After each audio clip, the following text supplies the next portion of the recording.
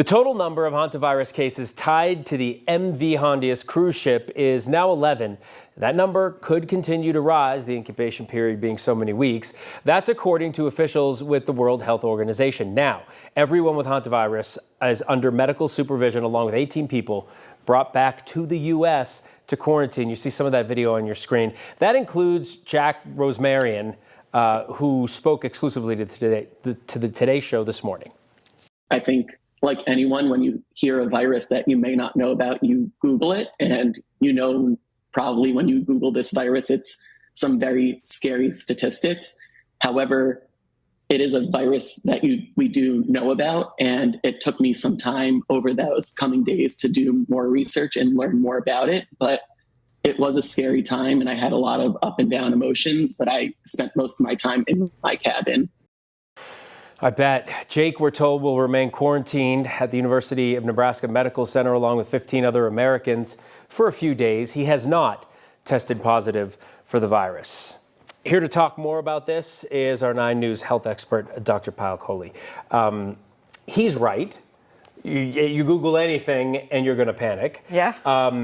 But because we haven't seen a lot of human-to-human transmission of this disease, it is scary. It is scary. In fact, Phil, I saw one case in medical school in my entire medical training because it's incredibly rare. And before this particular outbreak happened, in general, the risk of you contracting the hantavirus is actually lower than your lifetime risk of getting hit by lightning. So incredibly rare, a virus that's been around for decades. And what's really reassuring about this virus is that it doesn't evolve rapidly like the COVID or the flu viruses. So it mutates, but it doesn't change its behavior as rapidly. So I think that's part of what is driving a lot of public health officials to say maybe this is an outbreak that's going to burn itself out like other outbreaks have done in the past. Well, I feel like this is deja vu, talking to you every single day about the same thing, which is what we did during COVID, thankfully, because it changed every day. I think a lot of people are just now tuning into this because that's the way the world works when checking in on news.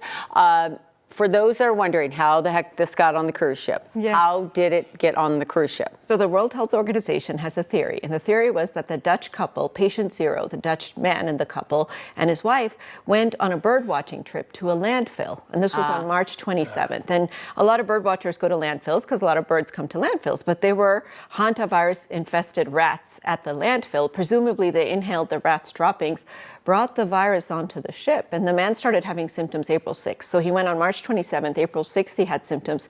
He died 5 days later. So in about a span of 2 to 3 weeks, this all happened. Now his wife took his body, got on a plane to Johannesburg with his body. And of course, there were Americans on that plane that were exposed as well. She was ill at the time, and they wouldn't let her board a flight from Johannesburg to the Netherlands. They made her get off the plane, and she died the next day. So we know already that these 2 patients potentially were the source of this. And then, of course, because of the human-to-human transmission, a cruise ship sets you up for close contact. Look, some of the terrifying things about this is what you just said, inhaled. Right? Like, so it wasn't skin-to-skin contact or fluid or anything like that. They just inhaled and they got it. How difficult is it to transmit person to person? And can you, just like with COVID, we're talking about, can you be asymptomatic and still transmit this virus? So they got it from the rodents by inhaling. But for person to person, usually this virus, the way it's behaved in the past, has required close contact. So that means more than 15 minutes, less than 2 meters. So sexual contact, sharing utensils, sharing bathrooms, sharing dining surfaces, those types of things. However, we have seen in outbreaks in the past that are very similar to this particular virus's genetic signature, that there are super spreaders who can spread it with more casual contact. And to answer your question, Phil, it's most likely to spread when you're having symptoms. So during that virus phase, when you have fever, when you have prodrome, that's when you're highest risk of spreading. But you can spread it before you have symptoms. And that's what makes me a little more nervous, is because of this long incubation period, you could potentially have the virus, have it replicating inside you, be giving it off in your secretions, and not realize it because you don't have symptoms yet. Wow. So, if you go back to anything, like schools, places like that, a cruise ship, then you're kind of trapped on that. That's just the perfect environment to spread something? It's the perfect environment for outbreaks. In fact, the most common types of outbreaks we see are gastrointestinal bugs like norovirus. Norovirus, I hear it all the time. Yes. Oh, that is and then the worst. respiratory infections, flu, COVID, RSV. In this case, hantavirus, which is more rare, but you can imagine close contact, high population density, lots of people living in the same space.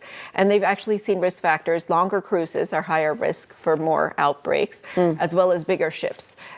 Paradoxically so, because even though people can spread out more, they have more trouble sanitizing the bigger ships. So these are all risk factors for having more outbreaks on a cruise ship. Just quickly in the last few seconds we have, do you share the administration's optimism that this will kind of fizzle out compared to what we've seen? So what makes me really happy about this virus is that prior outbreaks have fizzled out with quarantine and isolation. So what makes me nervous about this administration's approach, unlike Spain and France that are quarantining everyone for 42 days, is we're letting people go back to their lives.